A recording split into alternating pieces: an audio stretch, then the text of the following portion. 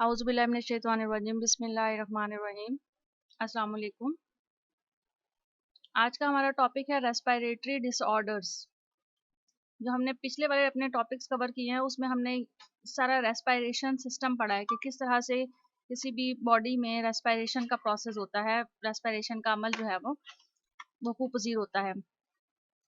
लेकिन अगर इसी रेस्पिरेशन के प्रोसेस में कहीं पर कोई भी डिस्टर्बेंस हो जाए या कोई चीज़ जो है वो प्रॉपर सही तरीके से काम ना कर रही हो तो हम उसे कहेंगे कि ये डिसऑर्डर्स में आ जाएगा।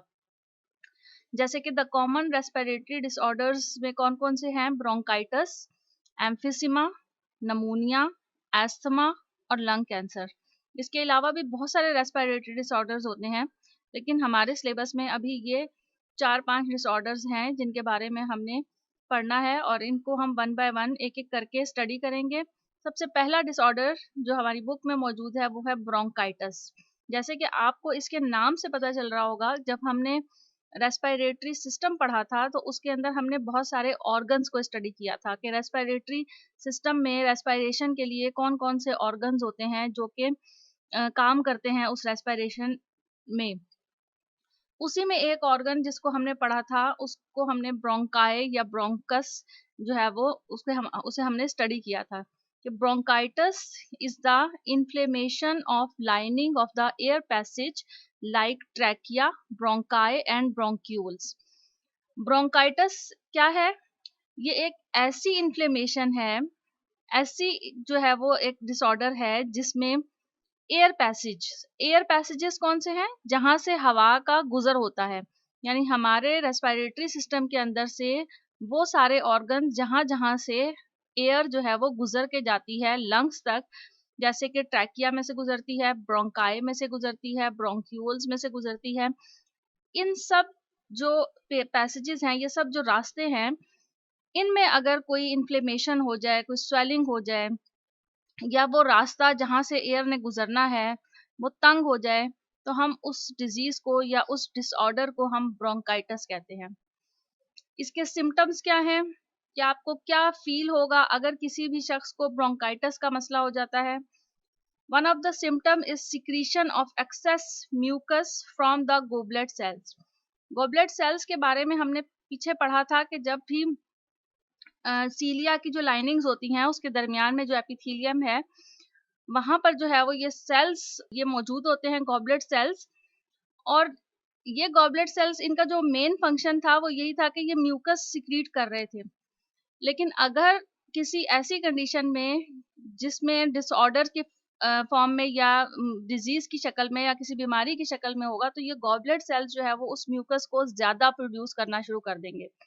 क्यों ज़्यादा प्रोड्यूस करेंगे?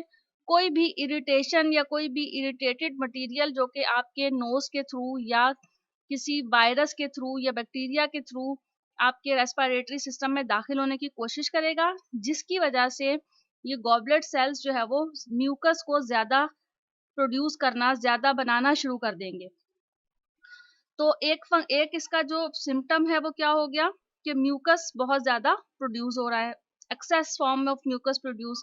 The main symptom is cough. इसके साथ-साथ जिस पर्सन को भी ये ब्रोंकाइटिस का मसला होगा, उसे कफ खाँसी की बहुत ज़्यादा शिकायत होगी, व्हिच अकर्स रेपिडेटली। रेपिडेटली का मतलब है कि बहुत ज़्यादा बार-बार उसे जो है वो खाँसी होगी। Coughing and breathlessness increase as the disease progress.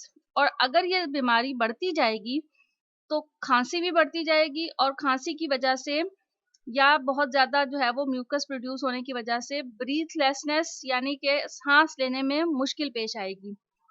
Bronchitis can be acute और क्रॉनिक। अब ब्रोंकाइटिस दो तरह के हो सकते हैं। एक ब्रोंकाइटिस को हम कहते हैं एक्यूट ब्रोंकाइटिस और दूसरे को हम कहते हैं chronic bronchitis.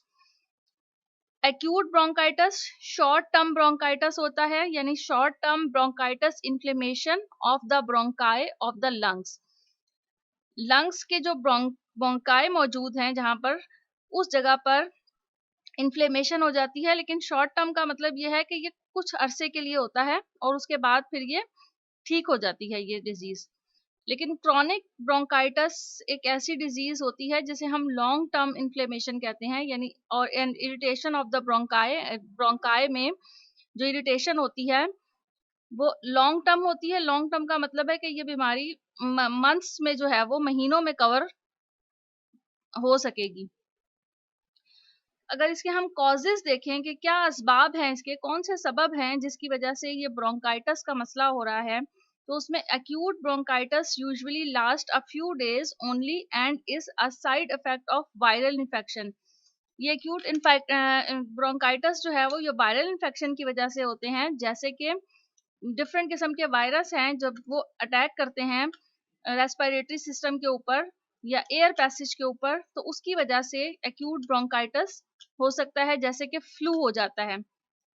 Chronic bronchitis is most commonly caused by smoking and to a lesser extent by air pollution.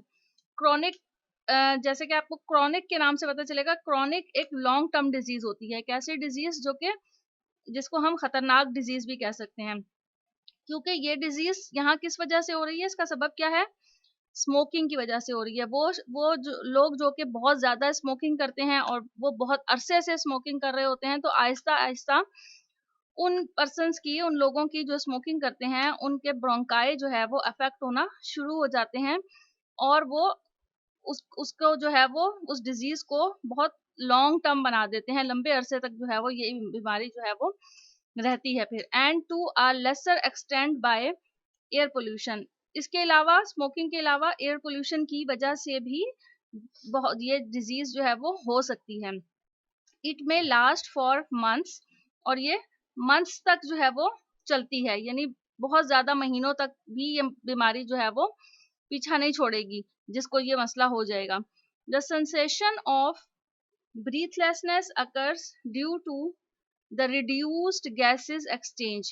और जब गैसेस एक्सचेंज का प्रॉब्लम होगा, जैसे कि आप इस पिक्चर में देख सकते हैं कि एक नॉर्मल ब्रोंकाई जो है उसमें हवा गुजरने का जो रास्ता है, एयर का जो पैसेज है, वो बहुत ज्यादा बड़ा है।